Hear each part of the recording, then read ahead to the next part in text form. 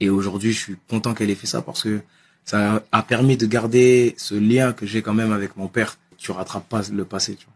Assurez-vous que vos enfants seront protégés même si vous divorcez. Parce qu'en fin de compte, vous devez comprendre que vos enfants sont des victimes. Bonjour et bienvenue dans cette nouvelle vidéo. Si tu n'es pas abonné, je t'invite à t'abonner et à activer la cloche de notification. Jordan Peterson, un grand psychologue canadien, l'auteur du livre 12 règles pour une vie, a dit que les enfants dont les parents ont divorcé ont plus de chances d'avoir des problèmes mentaux, que ce soit à l'école ou dans la vie en général. Et une autre étude a prouvé que les enfants qui ont vécu dans des familles dont les parents vivaient dans des situations de conflit extrêmes ont plus de chances de vivre les mêmes types de vie. Parce que ce genre de comportement, en fait, est héréditaire. Ce que les enfants observent, ce qui se passe dans la famille, généralement, c'est ce qui accompagne les enfants au cours de leur vie. Je vous invite à suivre la vidéo suivante et après, on va revenir. Le truc que je respecte de fou chez ma mère, c'est que jusqu'à aujourd'hui, elle a jamais dénigré mon père.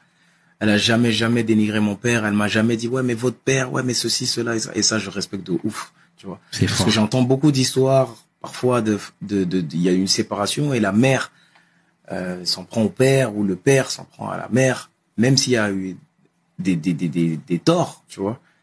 Un enfant, il faut pas le matrixer comme ça, il faut pas, tu vois. Un enfant, c'est une page blanche. Ce que tu mets dans sa tête et tout, c'est pas bon, c'est pour la vie, tu vois.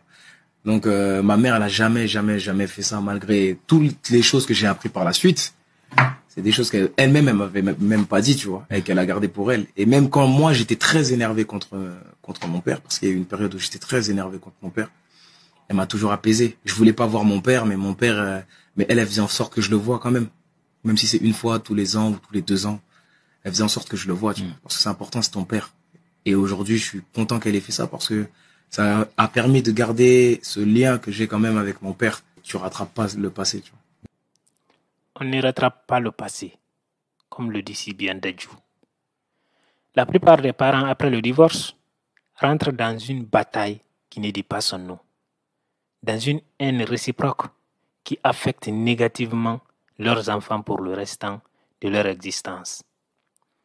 Les parents pensent que, après le divorce, le plus important, c'est d'avoir la garde des enfants.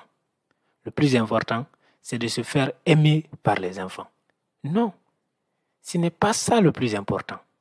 Ça, c'est peut-être important pour toi et ton ego. En réalité, le plus important pour les enfants, c'est d'être à la fois avec leur père et leur mère. C'est d'avoir l'amour de leurs deux parents et de les aimer en retour. Parce que c'est la stabilité émotionnelle des enfants qui est importante pour les enfants. Et pour qu'il n'y ait pas de déséquilibre, les enfants doivent être avec les deux parents. Ça, c'est un. De deux, généralement, les parents pensent que le mieux après le divorce, c'est de faire croire à l'enfant que c'est l'autre le méchant de l'histoire.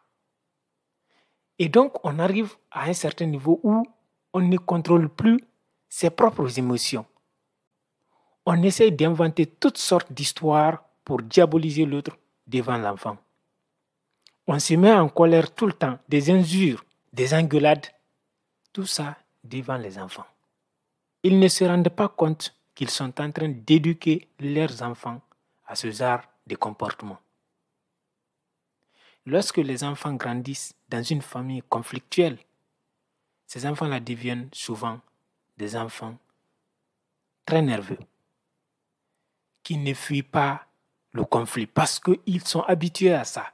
Lorsque les enfants naissent et grandissent dans l'amour, dans le respect mutuel et dans la compréhension, ces enfants-là deviennent souvent des enfants pacifistes, apaisés, concentrés et qui développent de très bonnes relations avec autrui.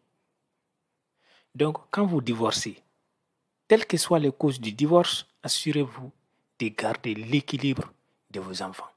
Assurez-vous que vos enfants resteront à bon terme avec leurs deux parents. C'est très important. Après le divorce, vous allez pouvoir vous soigner vous. Après le divorce, vous allez même pouvoir vous remarier.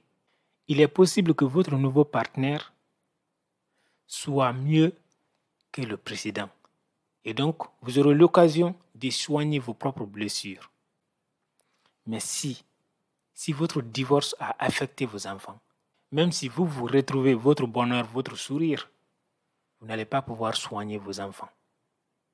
Vous n'allez pas pouvoir faire oublier à vos enfants ce que vous avez déjà vécu. Donc, prenez les bonnes décisions. Assurez-vous que vos enfants seront protégés même si vous divorcez. Parce qu'en fin de compte, vous devez comprendre que vos enfants sont des victimes.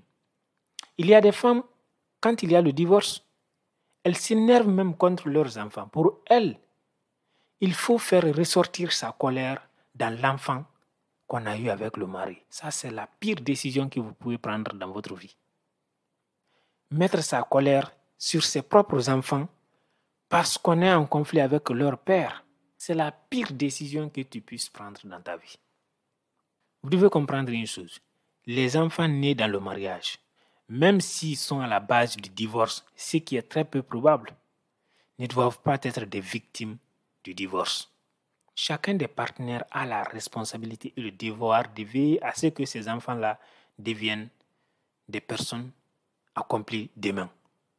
Parce que même si vous avez divorcé, si vos enfants réussissent, ils vont finir soit par vous réunir ou en tout cas, ils mettront du bonheur à la fois dans votre vie, mais aussi dans la vie de leur père ou de leur mère. Donc, en tant que parents, assurez-vous de prendre de bonnes décisions. Pas pour vous seulement, mais pour vos enfants aussi. Et autre chose, si vous savez que quelqu'un n'est pas digne de confiance, si vous voyez et vous savez dès le départ que la personne en face, votre partenaire, ne vous rassure pas, pourquoi vous vous mariez? Même si vous avez un très bon niveau de communication, vous aurez quand même des problèmes avec votre partenaire. Est-ce que la personne en question sera capable de résoudre les problèmes comme un adulte et non pas comme un enfant ou un enfant capricieux? Prenez les bonnes décisions.